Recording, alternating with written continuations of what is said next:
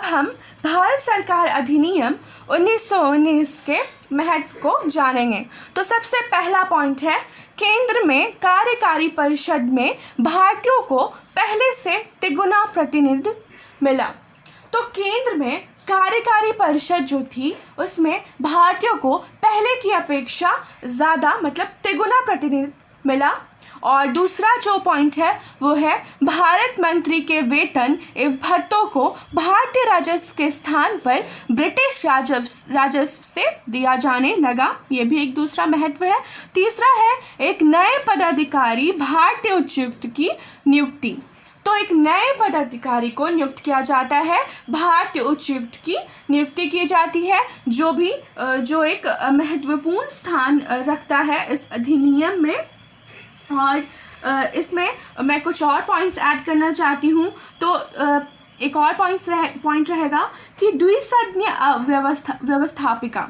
तो इसमें द्विसदनीय व्यवस्थापिका की भी स्थापना की जाती है, जिसका महत्व बहुत ज़्यादा है। और फिर और है, तो इसमें द्वैत शासन प्रणाली की स्थापना की जाती है प्रांतों में, ये भी एक महत्वपूर्ण पॉइंट है। और सिखों को विशेष प्रतिनिधित्व दिया जाता है इस अधिनियम में, ये भी एक महत्वपूर्ण पॉइंट है। अब हम इसके दोष को अगर देखें तो संयुक्त उत्तरदायित्व का पूर्ण अभाव था। जैसे इसे उत्तरदायी शासन प्रणाली बनाने की जो कोशिश की गई थी, उसमें इस अधिनियम को पूर्णतः सफलता नहीं मिलती है और संयुक्त उत्तरदायित्व का पूर्ण अभाव इसमें देखा जा सकता है। दूसरा है, मताधिकार जो था सीमित था, उसे सीमित ही रखा गया था। तीसरा है, केंद्र में सदस्यों का गवर्नर जनरल एवं उसकी कार्यकारिणी परिषद पर कोई नियंत्रण ना था। तो केंद्र में जो सदस्य थे उसका गवर्नर जो जनरल था एवं उसकी कार्यकारिणी परिषद पर कोई नियंत्रण नहीं स्थापित किया जा सकता था। चौथा है, केंद्र विधायिका की वित्तीय शक्तियाँ अत्यधिक सीमित थी। तो केंद्र विधायिका जो थी उसके जो वित्तीय शक्तियाँ प्रदान की गई थी वो अत्यधिक सीमित थी। और पांचवा है, द्वैत शासन प्रणाली परिचालित करना जटिल था। तो ये सारे इस अधिनियम के दोष थे। अब हम इसके सकारात्मक पक्ष की ओर जाएंगे। तो भारत सरकार अधिनियम 1919 के तहत संवैधानिक प्रगति की समीक्षा के लिए ब्रिटिश सरकार ने साइमन कमीशन की नियुक्ति की, जिसने भविष्य के सुधारों हेतु मांगे प्रशस्त की। तो इस अधिनियम के द्वारा संवैधानिक प्रगति की समीक्षा करने के लिए ब्रिटिश सरकार ने साइमन कमीशन की स्थापना की और भविष्य के सुधारों हेतु मांगे प्रशस्त करने के लिए इसे बनाया गया, साइमन कमीशन को। यह अधिनियम भारत सरकार अधिनियम 1935 और अंततः भारतीय संविधान का आधार बना।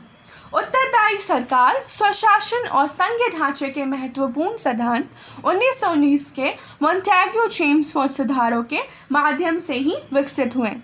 तो इस अधिनियम के साथ ही और भी अधिनियम आए जो इसी के माध्यम से विकसित हुए, जैसे उत्तरदायी सरकार, स्वशासन और संघीय ढांचे का महत्वपूर्ण सिद्धांत, जो इसी से प्रेरित था। इसी से आगे उसे रास्ता मिला, उसे एक मार्ग प्रशस्त हुए, जिससे 1935 और अंततः भारतीय संविधान का आधार इसे माना जाता है। और इस अधिनियम के तहत सिखों, भारतीय ईसाइयों, आंग्ल भारतीयों और यूरोपीय लोगों को प्रभुत्व सांप्रदायिक निर्वाचन मंडल का एक अन्य विस्तार था।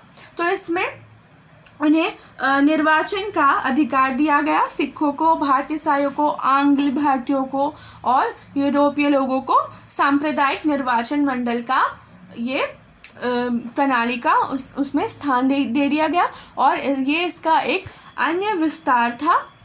तो ये अधिनियम यहीं पर समाप्त होता है। अगर आपको मेरा वीडियो पसंद आया तो प्लीज़ मेरे वीडियो को लाइक करें, शेयर करें एंड मेरे चैनल को सब्सक्राइब करना बिल्कुल ना भूलें। Thank you.